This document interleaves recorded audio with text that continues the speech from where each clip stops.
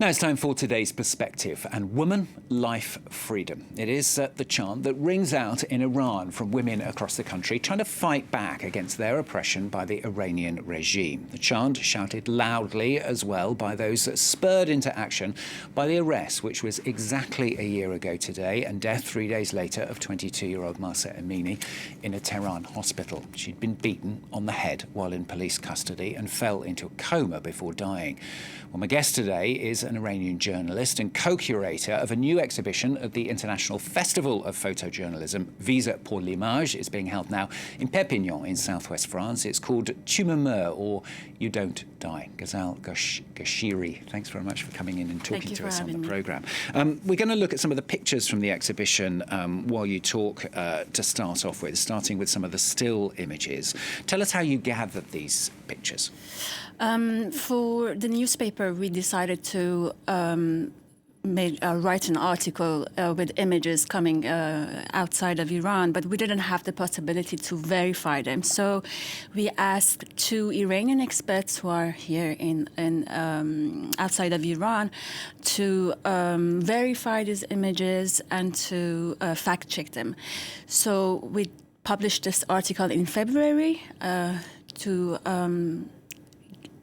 explain what has been happening in Iran since September 2022, and the exhibition is for the exhibition we followed the same thing, but I asked some photographers, professional photographers in Iran, to send me pictures if they didn't, because they didn't want to show it at the time because of the fear of being arrested, etc. And in order to show that the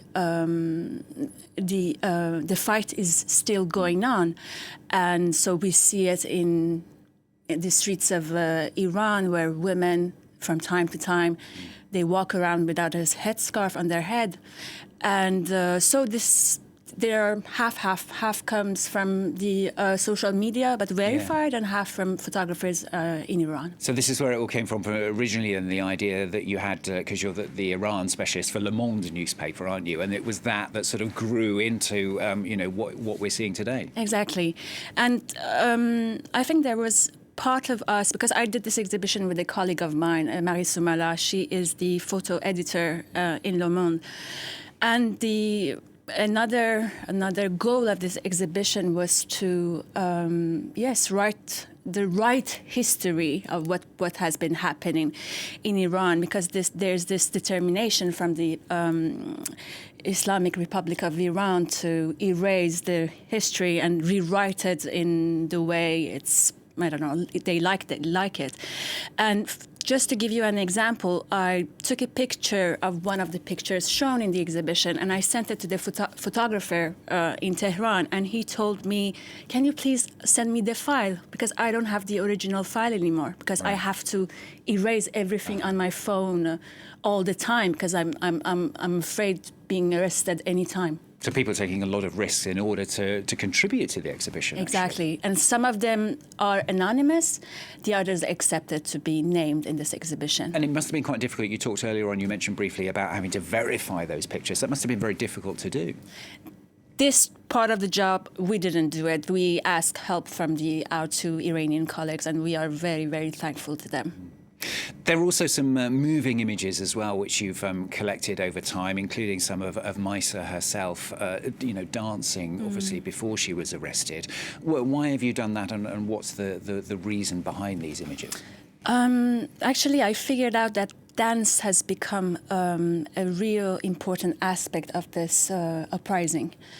Because at the beginning of the uprising in the town of Sari in north of Iran, there was this video of a young woman dancing around the fire and throwing her scarf into the fire. And from that moment, whenever a protester died, his or her family published videos of the deceased dancing, and it was a manner for them, it was a way for them to pay respect to this lost life and pay respect to life, actually, because the woman, life, freedom. So, and then the same gestures were imitated by others around Iran. So that's why we have a chapter in the book, You Don't Die, about dance.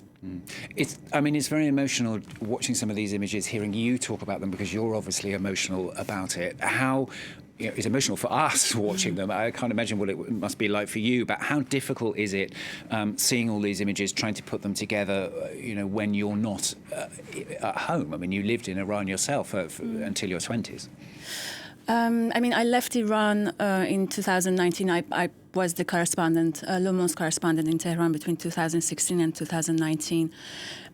Emotions, I think I'm an emotional person wherever I work. I worked in Afghanistan. I get emotional as well. But